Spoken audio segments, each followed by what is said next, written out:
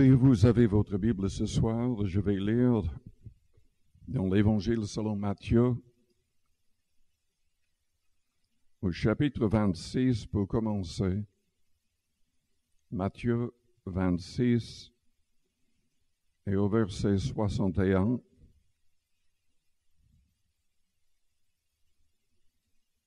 Je vais lire certaines parties dans l'histoire de la crucifixion du Christ. Donc au verset 61 dans Matthieu 26, nous lisons « Celui-ci a dit, je puis détruire le temple de Dieu et le rebâtir en 3 jours. » En fait, il parlait de son corps et de sa résurrection quand il avait dit ça. Le souverain sacrificateur se leva et lui dit, « Ne réponds-tu rien? Qu'est-ce que ces hommes déposent contre toi? » Jésus garda le silence. Et le souverain sacrificateur, prenant la parole, lui dit, « Je t'adjure par le Dieu vivant de nous dire si tu es le Christ, le Fils de Dieu. » Jésus lui répondit, « Tu l'as dit.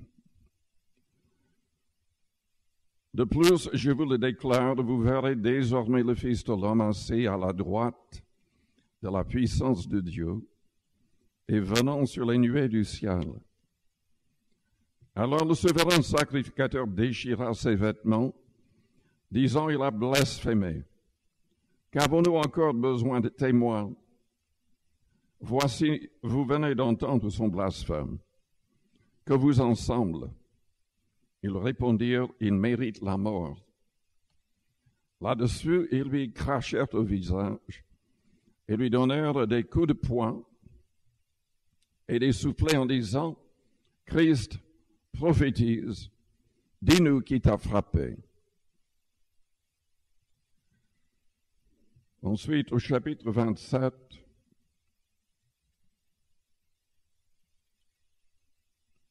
au verset 26,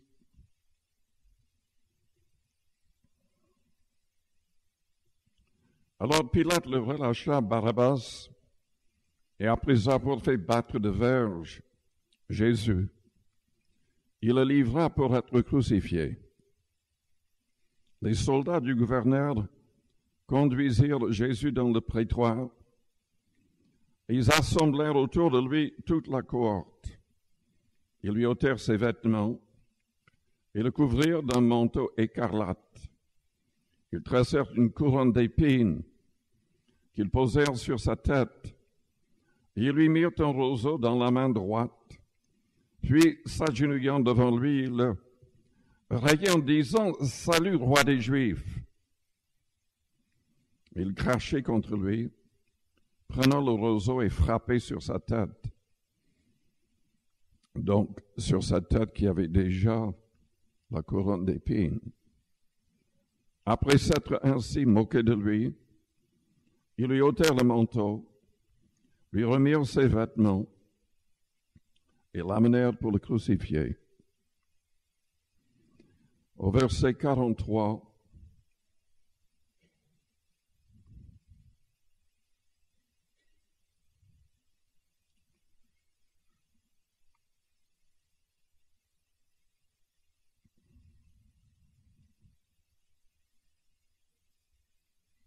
donc ils se moquaient de lui quand il était sur la croix.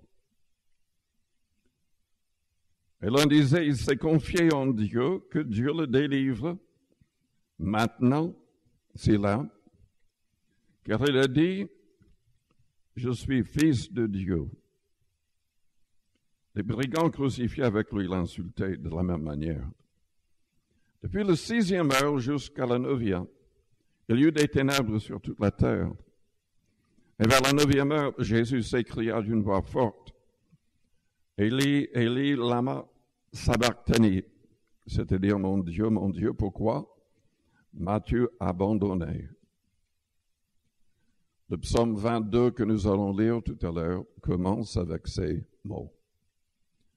Le psaume 22 est écrit 1000 ans avant sa venue sur terre. Quelques-uns de ceux qui étaient là l'ayant entendu dire « Il appelle Élie ». Et aussitôt l'un d'eux courut prendre une éponge, il le remplit de vinaigre et, l'ayant fixé en roseau, il lui donna à boire. Mais les autres disaient, hélas, voyons si Élie viendra le sauver. Jésus poussa de nouveau un grand cri et rendit l'esprit. Et voici le voile du temple se déchira en deux, depuis le haut jusqu'en bas.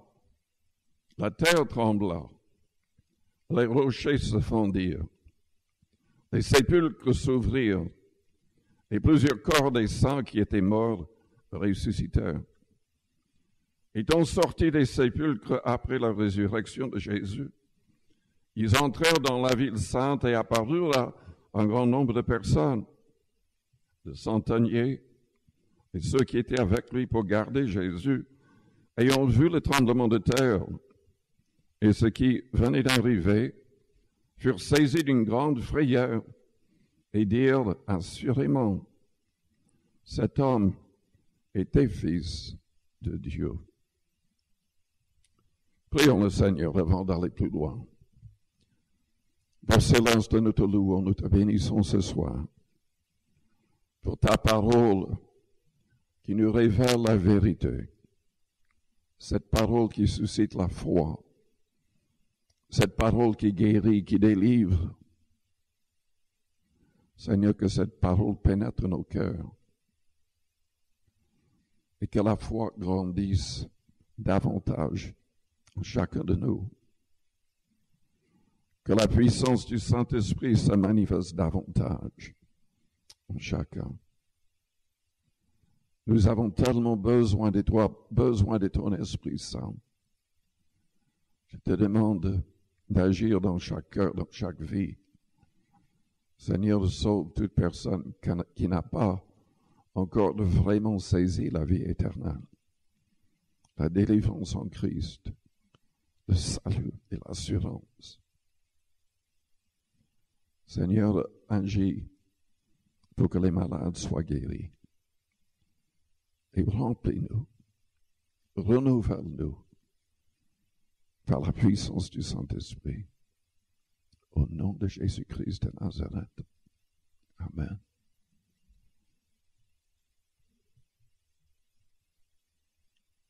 La mort de Jésus-Christ n'était pas un accident.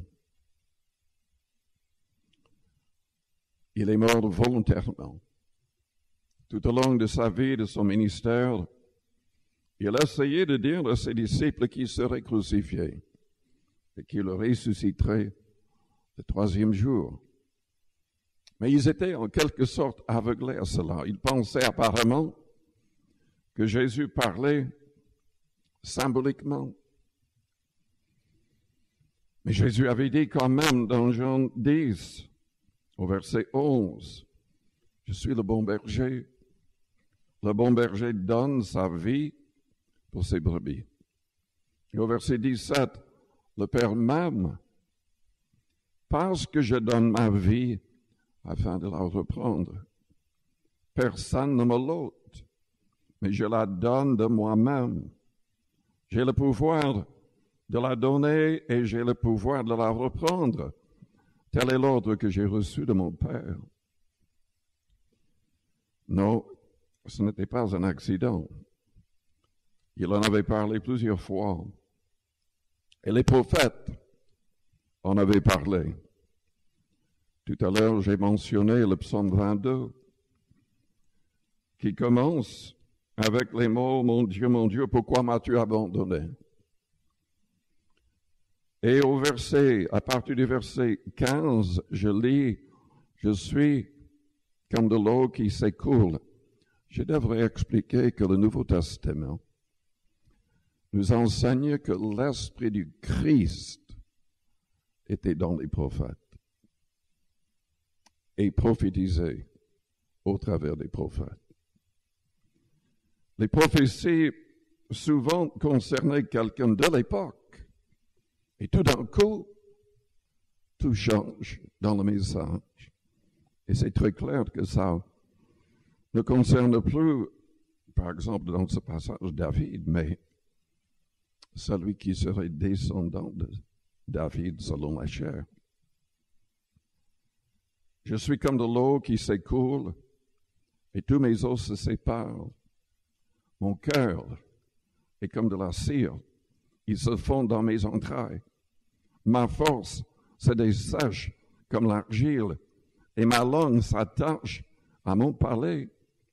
Tu me réduis à la poussière de la mort, car des chiens m'environnent. Une bande de scélérats rôde autour de moi.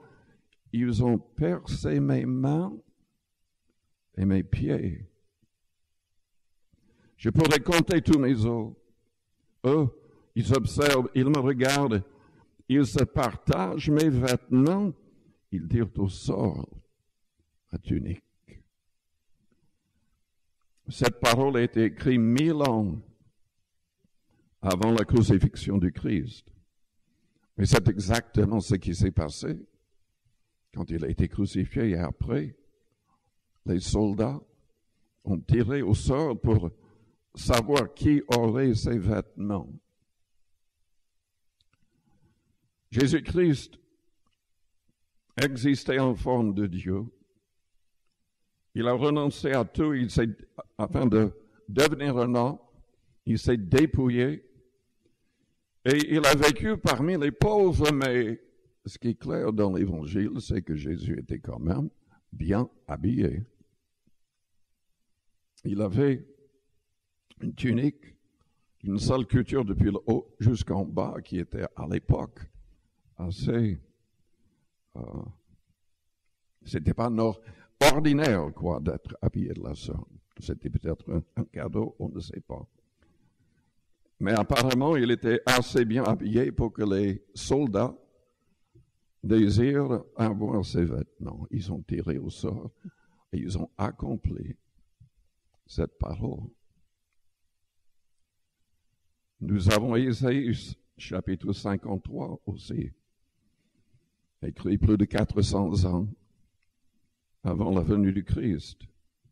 Et le prophète, poussé par l'Esprit du Christ qui était en lui, a dit au verset 3, « Méprisé et abandonné des hommes, homme de douleur et habitué à la souffrance, semblable à celui dont on détourne le visage, nous l'avons dédaigné, nous n'avons fait de lui aucun cas. Cependant, ce sont nos souffrances qu'il a portées, c'est de nos douleurs qu'il s'est chargé, et nous l'avons considéré comme puni, frappé de Dieu et humilié. Mais il était blessé pour nos péchés, brisé pour nos iniquités. Le châtiment qui nous donne la paix est tombé sur lui. Et c'est par ces meurtrissures que nous sommes guéris. Nous étions tous errants comme des brebis.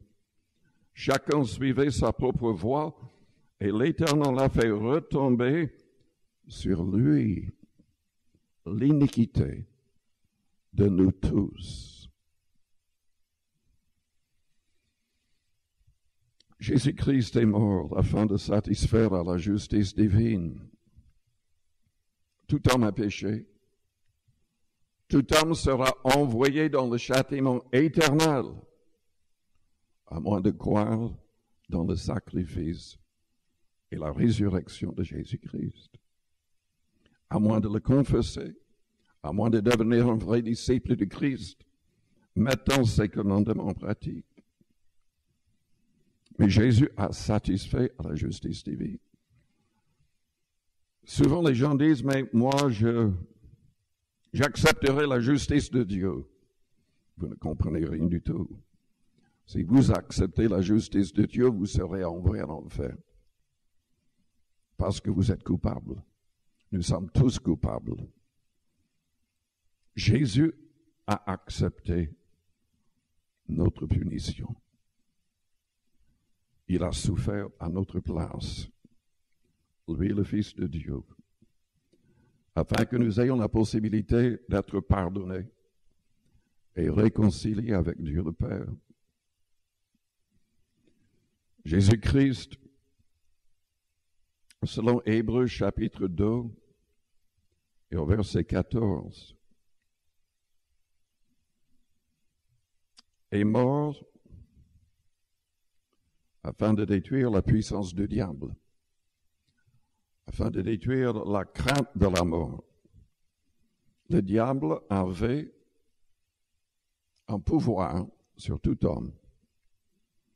Depuis la chute d'Adam et d'Ève, l'humanité tout entière était vouée à son contrôle. Et Jésus disait souvent à la foule, mais vous êtes de votre père, le diable. Souvent les gens du monde disent, mais Dieu est notre père. Dieu n'est pas votre père. À moins que vous soyez adoptés dans la famille de Dieu en recevant l'Esprit du Christ. Galates le souligne, Romains 8 le souligne. Tous les hommes, sans exception, sont destinés au châtiment éternel, à moins de croire en Christ et de recevoir la vie éternelle par une relation réelle avec lui. Je lis donc dans Hébreux 2 au verset 14. Ainsi donc, puisque les enfants participent au sang et à la chair, Jésus a également participé lui-même, afin que par la mort, il anéantisse celui qui avait la puissance de la mort, c'est-à-dire le diable, et qu'il délivre tous ceux qui, par crainte de la mort, étaient toute leur vie retenus dans la servitude.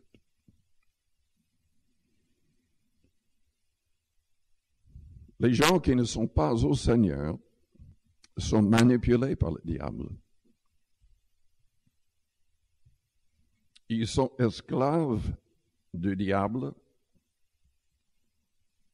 qui se sert du péché pour les rendre pleinement esclaves. Il y a beaucoup de gens qui veulent abandonner le péché, mais qui n'arrivent pas par eux-mêmes. Jésus est celui qui délivre. Il est celui qui pardonne, qui purifie, qui sanctifie, qui transforme.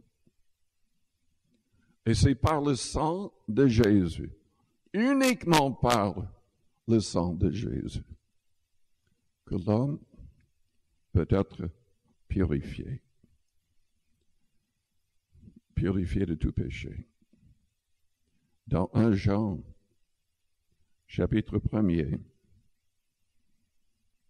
l'apôtre a écrit au verset 5 la nouvelle que nous avons apprise de lui et que nous vous annonçons, c'est que Dieu est lumière et qu'il n'y a point en lui de ténèbres. Si nous disons que nous sommes en communion avec lui et que nous marchions dans les ténèbres, nous mentons et nous ne pratiquons pas la vérité. Il parlait en image. Selon Éphésiens 5, marcher dans les ténèbres, c'est marcher dans l'immoralité, ne pas contrôler les paroles qui sortent de notre bouche, c'est être malhonnête. Enfin, la liste est longue. Mais Dieu, lui, il est pur, il est saint, il est lumière. Il ne veut même pas regarder sur le péché, la Bible dit. Si nous disons que nous sommes en communion avec lui et que nous marchions dans les ténèbres, nous mentons et nous ne pratiquons pas la vérité. Et si nous marchons dans la lumière comme il est lui-même dans la lumière, nous sommes mutuellement en communion et le sang de Jésus, son Fils, nous purifie de tout péché. De tout péché. Jésus, dans Jean 10, que j'ai cité tout à l'heure, a aussi dit, « Je suis la porte. Si quelqu'un entre par moi, il sera sauvé. » Vous ne serez pas sauvés en priant quelqu'un d'autre, en passant plutôt par quelqu'un d'autre. Une église ne peut pas vous sauver. Je ne peux pas vous sauver. Aucun homme ne peut vous sauver. Et aucune autre personne au ciel ne peut vous sauver. La Bible nous dit que nous devons nous adresser à Dieu le Père au nom de Jésus-Christ.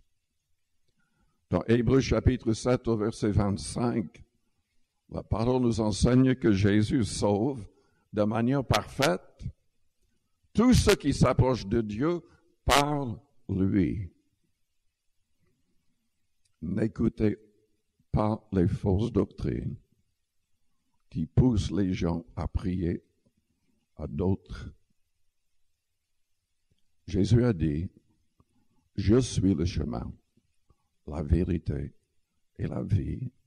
Nul ne vient au Père que par moi. » L'apôtre Pierre a dit dans Acte 4, verset 12, qu'il n'y a qu'un seul nom donné parmi les hommes par lequel nous devons être sauvés. C'est le nom de Jésus. Et c'est Jésus lui-même qui jugera les vivants et les morts, selon Acte 10 au verset 42. Jésus, selon en Jean 2, les premiers versets, agit comme notre avocat. Si nous avons péché, nous avons un avocat auprès du Père. Donc, nous devons toujours prier le Père au nom de Jésus. Le Père n'écoute pas les prières des gens qui ne passent pas par son Fils. C'est uniquement grâce au sang de son Fils, grâce à la foi dans le sang de son Fils, que Dieu accepte de nous écouter. Jésus est le seul pont entre l'homme et Dieu. Et nous devons passer par lui. Nous devons avoir une relation réelle avec lui.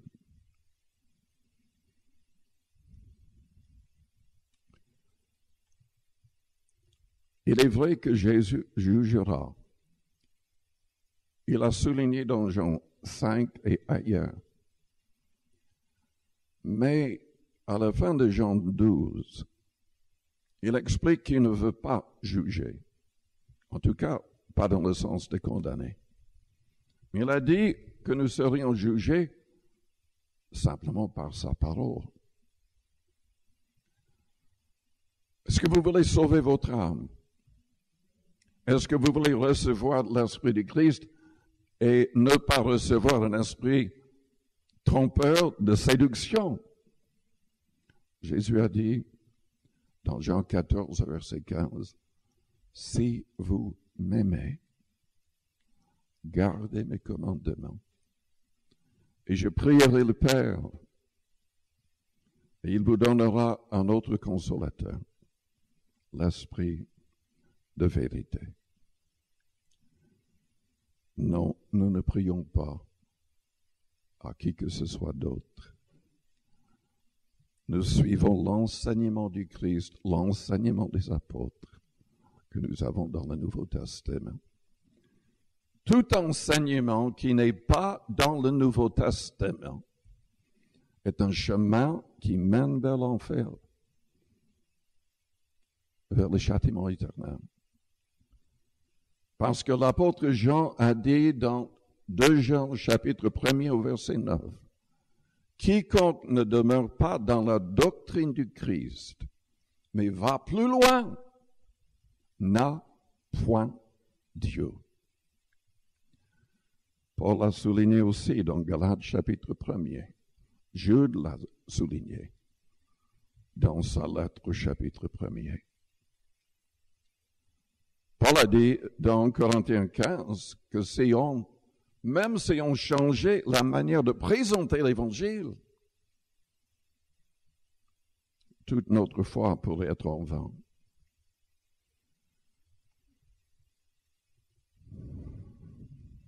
ce qui est écrit ne peut pas changer. Jamais. C'est cette parole qui nous jugera. Donc, si vous aimez le Christ, attachez-vous à cette parole. Si vous voulez sauver votre âme, attachez-vous pleinement à cette parole. Ce qui compte n'est pas ce qu'un homme va dire.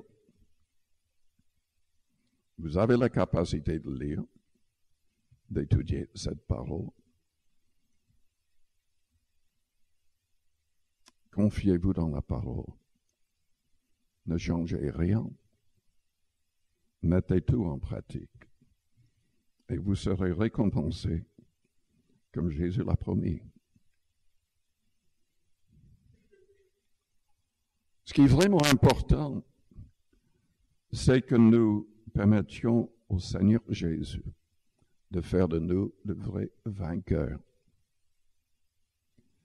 Parce que Jésus s'est adressé aux 7 églises de l'Apocalypse, au chapitre 2 et 3. Il a repris 5 de ces églises demandant la repentance, menaçant de permettre que l'Église soit anéantie. Mais il a donné la promesse que si ils acceptaient de devenir des vainqueurs, ils auraient la vie éternelle, qui serait récompensée. Mais cette vie de victoire dépend de notre relation avec le Seigneur. C'est Jésus qui libère. C'est Jésus qui donne déjà le Saint-Esprit. Quand il voit que quelqu'un veut sincèrement mettre tous ses commandements en pratique, il va prier le Père. Quand il voit que quelqu'un demeure dans sa parole, il va agir. Parce qu'il a dit dans Jean 8 au verset 30, « Si vous demeurez dans ma parole, vous êtes vraiment mes disciples.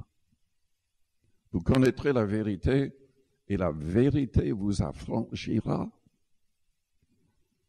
Je vous pose la question, est-ce que vous avez une pleine victoire sur le péché?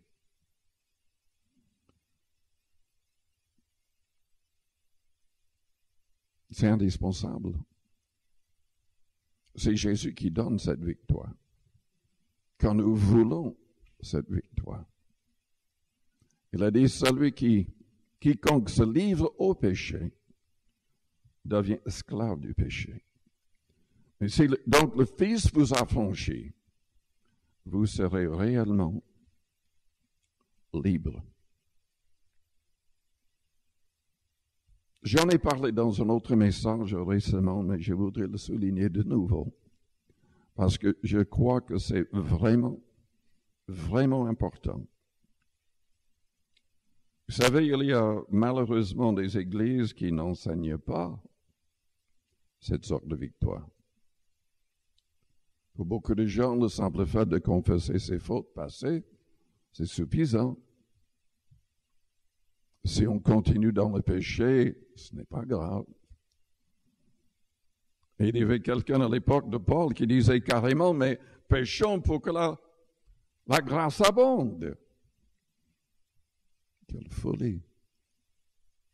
Et Paul a repris cette pensée, parler contre cela. Mais dans Matthieu 7, Jésus nous demande d'entrer par la porte étroite. Il nous met en garde contre les faux prophètes, les faux enseignants. Il dit au verset 21, ceux qui me disent, Seigneur, Seigneur, n'entreront pas tous dans le royaume des cieux, mais celui-là seul qui fait la volonté de mon Père qui est dans les cieux. Et il explique que la volonté du Père, c'est que nous croyons en lui, en Christ, et qu'on mette en pratique tous ses commandements. Et Jésus dit qu'au jour du jugement, il y aura des gens qui vont dire, mais Seigneur, Seigneur, n'avons-nous pas prophétisé par ton nom? N'avons-nous pas chassé des démons par ton nom? Et n'avons-nous pas fait beaucoup de miracles par ton nom? Alors je leur dirai ouvertement, le Seigneur dit, je ne vous ai jamais connu. Mais quelle parole terrible. Je ne vous ai jamais connu. C'est difficile d'expliquer ce passage. Mais ce qui est clair quand on lit dans 1 Jean, chapitre 3,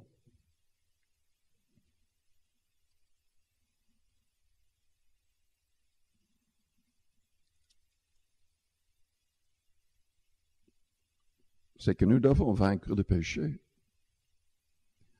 Et celui qui n'a pas une pleine victoire dans sa vie sur le péché ne connaît pas Dieu.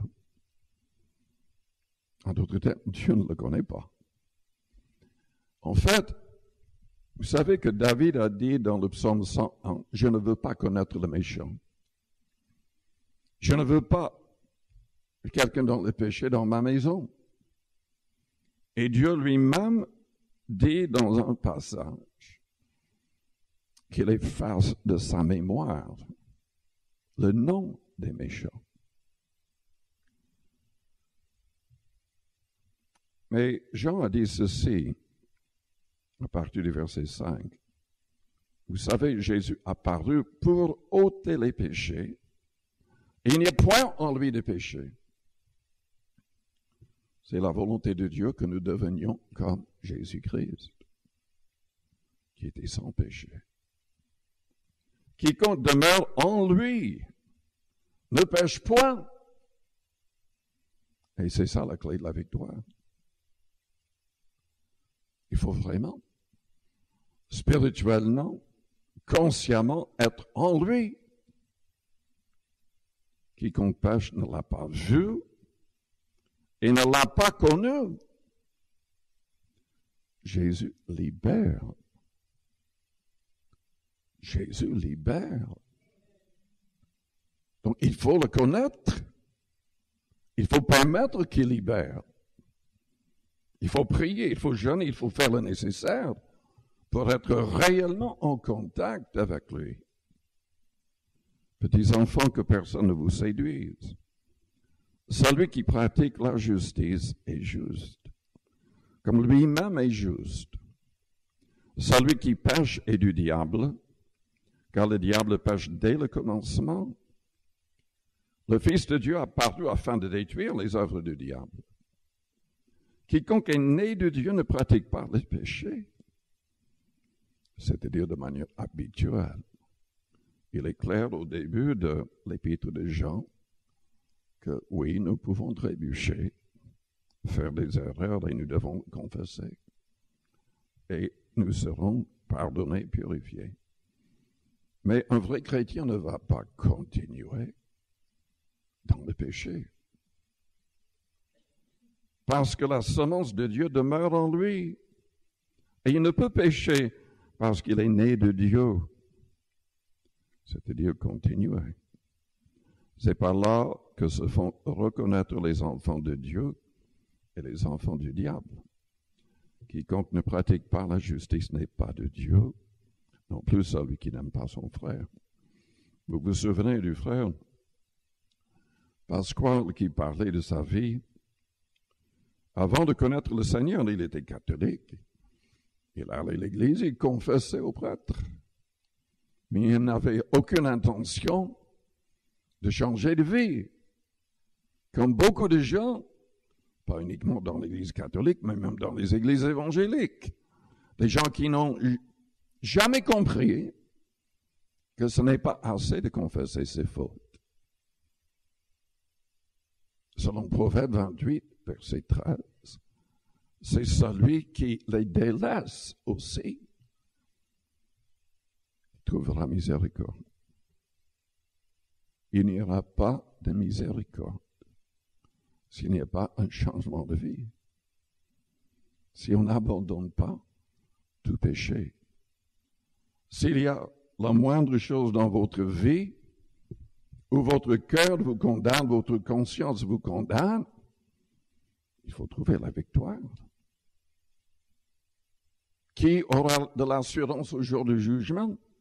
Celui dont le cœur ne le condamne pas.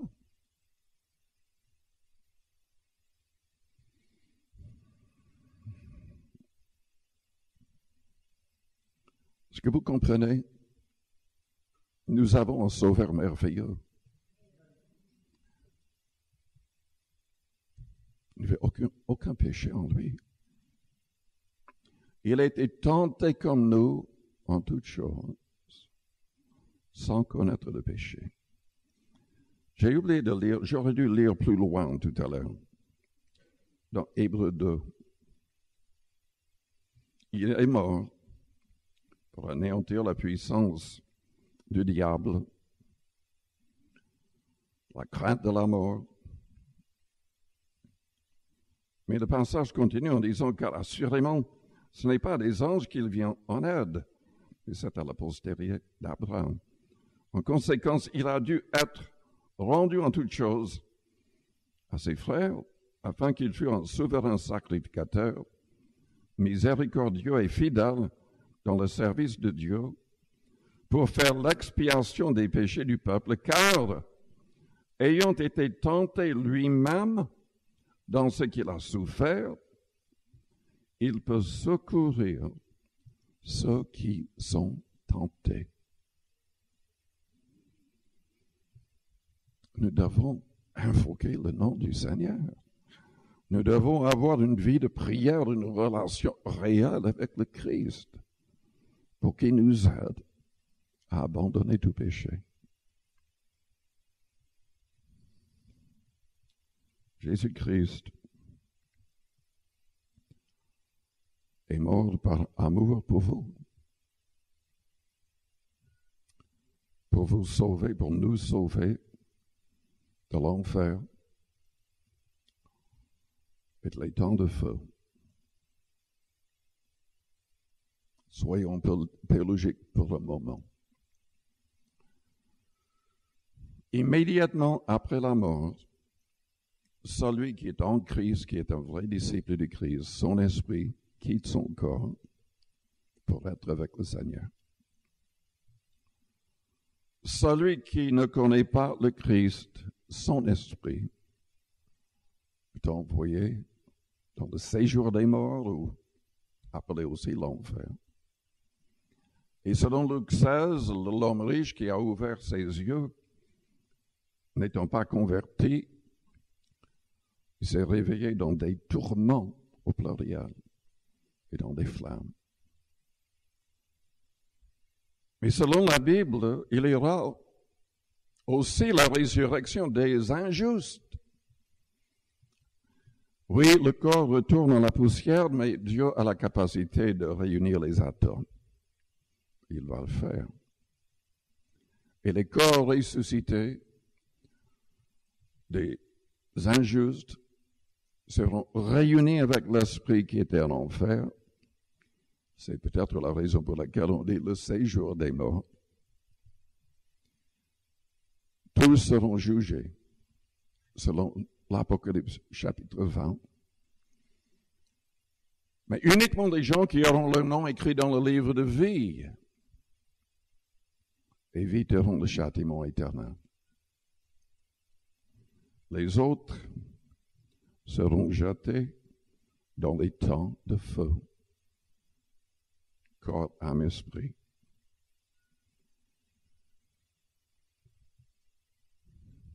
Il y a certains qui enseignent, enfin, c'est la fin de tout, mais si vous lisez attentivement tout le chapitre 20 et le chapitre 14 de l'Apocalypse, la Bible dit qu'ils n'auront pas de repos, ni jour ni nuit, pendant les âges, des siècles, pendant des siècles, enfin, à jamais. Donc, on ne sait pas exactement. Est-ce que c'est l'esprit qui va souffrir de nouveau, simplement être retourné dans ce lieu, appelé enfer dans certaines traductions? En tout cas, c'est un châtiment éternel. Mais Jésus a souffert, lui, le Créateur, pour que l'homme échappe à ce châtiment, pour que l'homme soit réconcilié avec Dieu. C'est difficile d'imaginer toutes les souffrances du Christ. Je n'en ai pas parlé ce soir. Je vous encourage quand même à lire l'histoire dans les 4 évangiles pour avoir tous les détails. C'était terrible, terrible, difficile à imaginer. Et il l'a fait volontairement, par amour. Il avait le pouvoir d'appeler plus de 12 légions d'anges pour le délivrer. Il est allé jusqu'au bout et même avec l'amour divin dans son cœur, disant, Père, pardonne-leur, car ils ne savent ce qu'ils font. Il mérite des disciples qui lui ressemblent. Amen. Il mérite une église sans tache, sans ride. Et selon la fin de Jude, il a le pouvoir, la capacité de nous garder debout, de nous préserver de toute chute et de nous présenter au Père irrépréhensible et dans la joie. La clé, c'est demeurer en lui. Demeurer en lui. Haïr le péché. Condamner les œuvres infructueuses du diable. Recevoir son esprit et marcher selon l'esprit. Jésus est notre salut. Amen. Et il veut toujours pardonner. Il veut toujours pardonner. Il veut toujours relever. Prions le Seigneur. Avant que je prie, pendant que les yeux restent fermés, les fronts courbés, je vous demande, est-ce que vous avez une relation réelle et profonde avec le Christ? Est-ce que vous avez permis qu'il vous libère du pouvoir du péché? Ou est-ce qu'il y a quelque chose qui trouble votre conscience? S'il y a quelque chose, il faut le confesser. Il faut demander au Seigneur de vous libérer. Il faut prier, jeûner, chercher une relation profonde avec le Seigneur.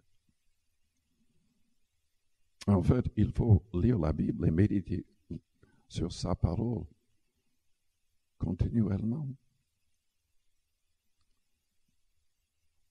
Il nous invite à demeurer en lui et à voir sa parole demeurant en nous.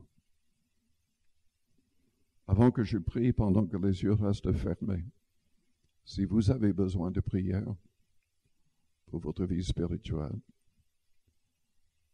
vous avez besoin de lui, de son aide, faites-moi signe en élevant votre main juste pour un instant. Vous pouvez la baisser après. Oui, merci. Plusieurs personnes. Je vous invite à répéter une prière après moi pour aider toutes les personnes qui voudraient être en règle avec le Seigneur. Priez avec votre cœur. Père Céleste, j'ai besoin de toi. J'ai besoin de ton Saint-Esprit en moi. Je suis pécheur. Et je désire abandonner tout péché avec ton aide.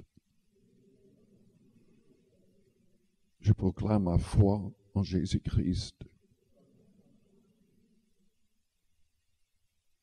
Seigneur, tu t'es donné volontairement.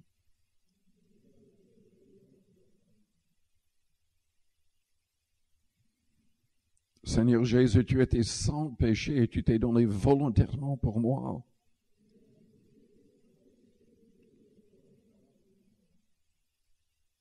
Tu es ressuscité le troisième jour. Tu es monté en gloire, nous envoyer le Saint-Esprit. Je désire marcher selon ton plan, selon ta parole. Pardonne-moi, purifie-moi. Délivre-moi de l'esclavage du péché. Que je devienne comme toi, dans ma manière de penser et de parler, dans ma manière d'agir et de réagir. Remplis-moi de ton amour et aide-moi à être plus que vainqueur. Que je puisse persévérer en étant un vrai disciple au nom de Jésus-Christ. Maintenant, priez à votre manière. Priez à votre manière. Et remerciez le Seigneur pour son pardon et pour son aide. Parfois, ce n'est pas du jour au lendemain qu'on arrive à abandonner certaines choses.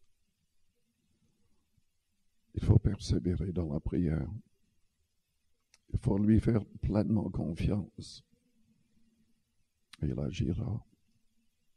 Il agira.